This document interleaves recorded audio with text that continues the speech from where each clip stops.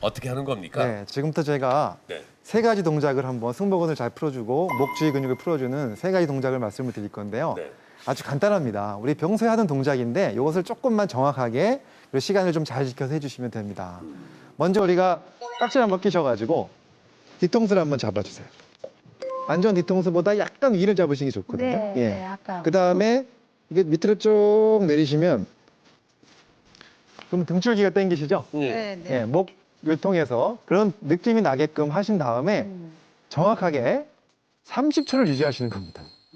예, 제가 한번 해야 되나요? 네, 허리는 피는 게 좋습니다. 네, 조금 허리는 피시고 고개만 살짝 당겨서 목 뒤가 당겨지게끔 해주시고요. 우리 삼장 선생님 너무 허리 구부리셨어요. 아니 등줄기가 좀 이렇게 쫙 당겨주게. 펴지게 해달라니까. 그 상태로 제가 30초를 한번 세보도록 하겠습니다. 얼마나 30초가 긴지. 지금 이제 한 10초 정도 지났는데요. 윤영 씨 좀 더 숙이세요. 네, 지금 이제 한 15초 지났고요. 자, 이제 20초 지났습니다.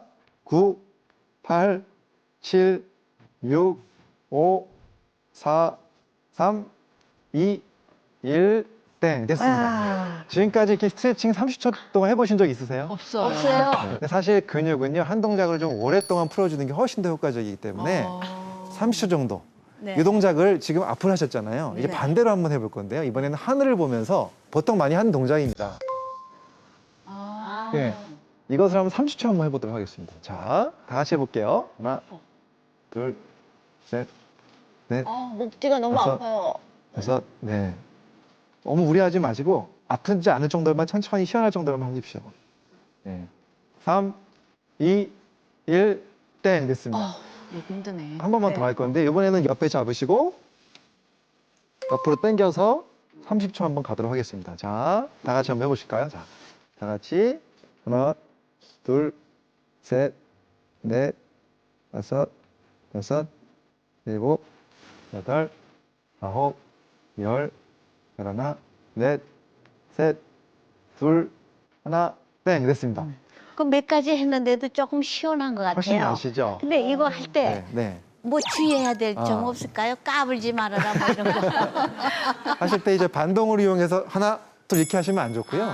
천천히 당겨서 끝까지 당긴 다음에 그대로 유지시키는 네. 거. 네, 그런 게 제일 중요하고요. 네, 까불지 말라야. 아니, 그러니까 2분이면 되는 거 아니에요? 그렇죠. 시간 합쳐봤자 2분밖에 안 되거든요. 그다음에 또 옆으로 하신 거 하셨잖아요. 이때 네. 조금 더 잘 하려면 손을 밑에 의자를 한번 잡으시는 것도 도움이 돼요. 자꾸. 의자를 잡고 하시면 네. 아, 더 훨씬 더 당겨주는구나. 당겨주죠. 네. 그렇게 해서 한 동작으로 30초씩 천천히 네.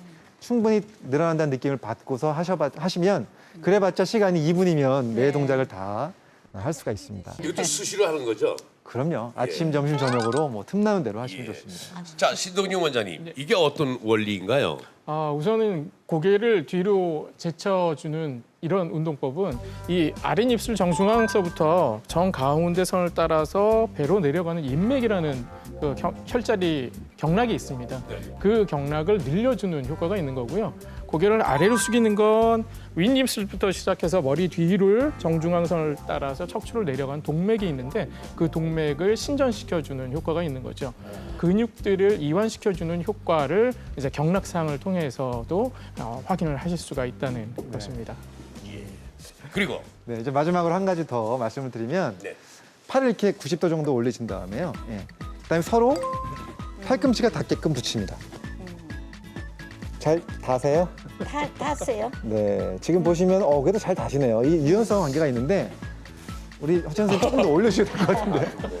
네, 이렇게 해서 양복을 입고 있습니다. 옷이 좀 예.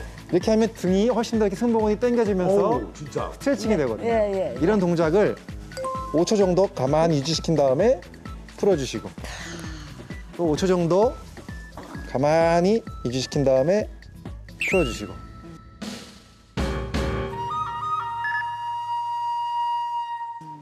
지금 신동용 원장이가 지금 양복 입고 있습니다. 네, 양복 때문에 그렇습니다. 아니, 남자들 헬스클럽에서 늘 이렇게 기계로 이렇게 하잖아요. 네, 네. 그 동작이죠? 그건, 네, 그거는 이제 앞에 근육을 기르기 위해서 하는 건데 이거는 등을 스트레칭하기 위해서. 네. 등이 시원하네. 그래서 이거 처음에는 안 닿는 분들이 있어요. 예, 근데 자꾸 연습하다 보면 등의 근육이 늘어나면서 잘 닿을 수 있습니다. 이것을 매일매일 해주시면 등 근육을 좀 풀 수가 있습니다. 승모근을. 네. 자, 앞은 어깨를 풀어주는 혼자서 운동법. 다음은 뭡니까? 다음은 뭐냐면요. 우리가 이제 환자분들을 보다 보면 항상 긴장돼 있는 분들이 있는데 어깨 힘을 좀 빼세요 해도 힘을 못 뺍니다.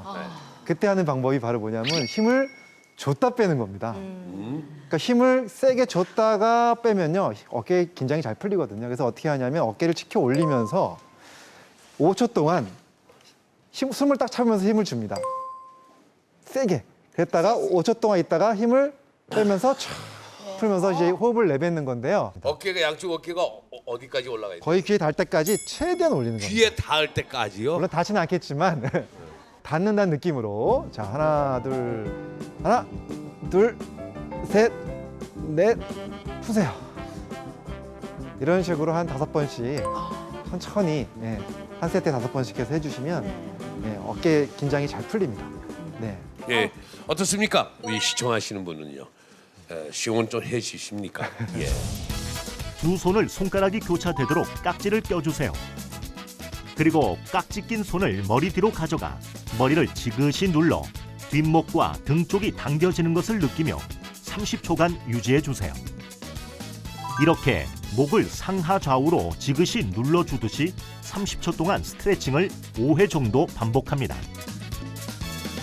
팔꿈치가 90도가 되도록 접어주세요.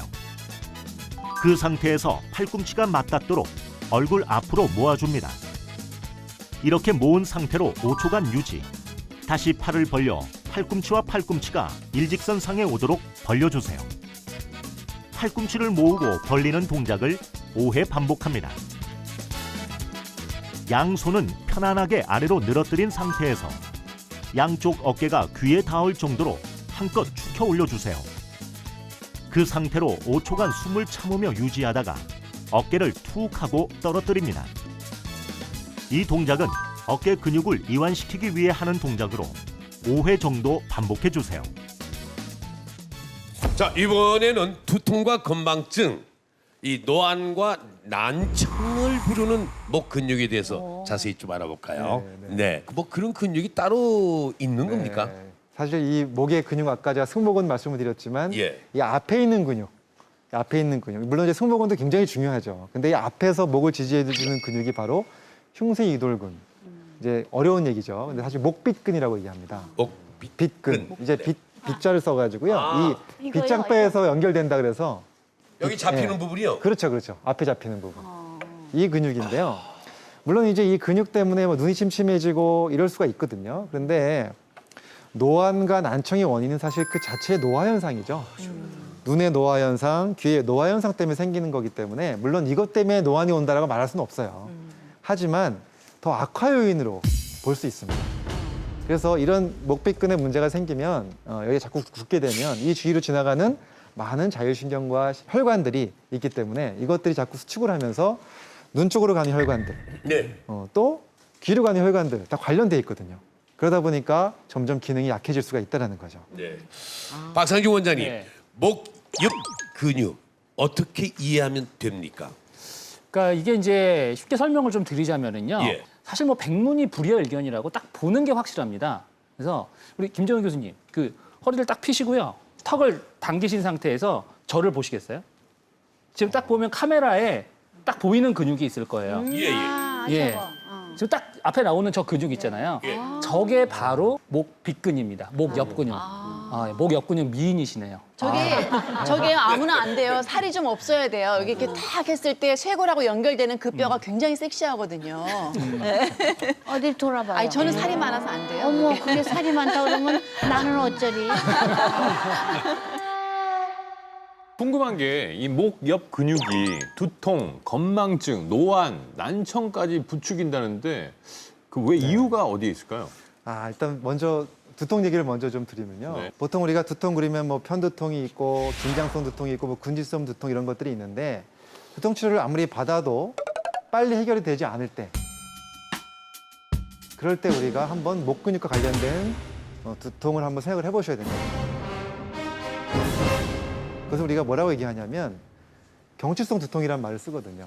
경추성 두통은 경추 1, 2, 3번 뼈가 약간 틀어져 있는 거예요. 그래서 이제 두통이 잘 안 낫는 분들을 이제 사진을 찍어보면 많은 수에서 이 뼈가 약간 틀어져 있어서 거기서 나오는 잔신경이 눌리거나 또는 거기에 연결되어 있는 목 근육들이 과도하게 수축되어 있는 경우가 많습니다. 그러다 보면 당연히 통증이 잘 쉽게 낫지 않으면서 아주 희한한 통증도 일으키게 됩니다. 어떤 통증이 오냐면요. 한쪽부터 시작된 통증이 오기 시작해가지고 굉장히 머리끝까지 뻗치는 경우가 많고요. 네. 그다음에 또 눈으로 가는 통증도 있어요. 예, 그다음에 또 이게 어지럼증이라든가 이명 같은 동작 그러한 증상들이 같이 동반하는 경우가 많습니다. 일반 두통하고 좀 다르죠. 예, 그다음에 또 심한 경우는요. 막 눈이 빠질 것 같은 통증과 함께 막 속이 메스껍고 오호. 또 기억력 감퇴까지도 좀 같이 동반되는 경우가 있거든요. 그렇기 때문에 이런 경우에 한번 목과 관련된 통증을 한번 꼭 생각해 보셔야 됩니다. 저는 일정 부분 이해가 되는 게 오늘은 뭐 이렇게 좀 중앙 부분에 제가 위치하고 있지만 의사 선생님들 두 분이 더 오셔가지고 뭐 가운데 앉고 그러면 저는 거의 방청석에 앉아 있거든요. 그러면 목을 이렇게 한 상태에서 계속 이렇게 얘기를 듣다 보면 여기 뭐 통증도 있고 약간 좀 두통도 있는 것 같고 그런 것도 이유가 있습니까? 네, 틀어져 있는 것도? 네. 그게 왜 그러냐면요. 한쪽으로 계속 동작을 하다 보면 근육이 계속 긴장을 하게 되기 때문에 거기서부터 이제 압통점이라는 게 생기기 시작합니다. 그러면 이게 방사통이 생기면서 머리 쪽으로 통증이 올라가는 경우가 굉장히 많습니다. 그럼 이제 이런 앞으로 것도 산재가 됩니까? 법정에서 봅시다. 아니 근데 두통은 어느 정도 연관성이 있는 것 같은데 노안하고 난청도 목 근육하고 상관이 있다. 이게 조금 이해가 안 되는 것 같아요. 왜 노안은 그렇죠? 뭐 유발인자라고 볼 수는 없지만 악화요인이 된다고 아까 말씀을 드렸는데 그 이유가 바로 심장에서부터 혈관이 나오잖아요. 온몸으로 퍼지는데 이 두피라든가 눈 주위라든가 귀 주위로 가는 모든 혈관이 이제 목을 통할 수밖에 없잖아요. 그런데 이 목 근육들이 다 그걸 감싸고 있다는 거죠. 그러니까 긴장을 하면 당연히 일로 가는 혈류가 잘 안 통하니까 문제가 되는 거죠. 그래서 그런 경험들 해보셨을 거예요. 아까도 말씀하셨지만 목이 쫙 풀리는 순간에 눈이 맑아지는 느낌. 네. 이런 게 다 원리가 이제 그래서 그렇습니다. 그런 경우에 그것을 이제 저희가 치료하게 되는데 뭐 교정 치료도 하고요. 근데 근육을 풀어주는 치료를 하고 또 이제 스트레칭하는 연습을 계속 시켜가지고 환자분이 그걸 잘 따라하게 되면 증상이 많이 호전되는 경우가 많습니다. 어지럼증과 팔저림도 목 옆 근육 때문에 생긴다 하니 평소에 관리를 잘해야겠습니다. 어떻게 이상이 생긴지 우리가 알 수 있습니까? 네, 이제 대다수의 근육과 달리 예. 통증을 느끼는 부위가 이제 얼굴, 머리에 집중됩니다. 그러면서 이제 통증뿐만이 아니라 어지럽고 뭐 두통뿐만이 아니라 눈부심 이런 증상도 생길 수 있고요. 자율신경 증상이 생기게 됩니다.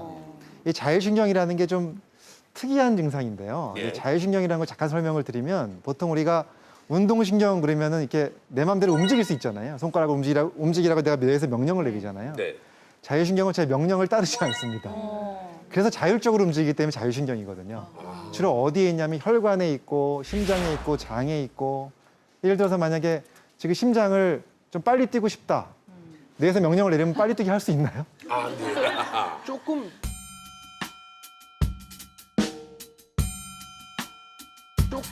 야한 생각하면 그렇게 되잖아요. 야, 생각하면. 네. 부럽다. 그래서 지금 말씀하신 것처럼 안 되잖아요. 그게 네. 마음대로. 그게 바로 자율신경인데 특히 목에서 나오는 자율신경들은 근육하고 밀접하게 연결이 되어 있습니다. 그래서 이 목비근이 자율신경 증상을 가지고 있는 중요한 근육이라는 겁니다. 바로 밑으로 지나가거든요. 가깝게. 그러다 보니까 여기가 굳으면 자율신경 증상 때문에 어지럽고 뭐 머리도 띵한 것 같고 기억력도 떨어지는 것 같고 눈도 침침한 것 같고 이런 증상들이 생길 수밖에 없는데요. 우리가 근육 그러면 통증만 생각하는데 어지럼증이 온다. 이거는 목 근육을 한번 꼭 생각하셔야 된다. 어지럼증. 네. 사실 이 목 옆 근육은 뭐 어떤 운동의 제한은 별로 없어요. 그런데 얘가 이제 고개를 똑바르게 만들어주는 근육이거든요.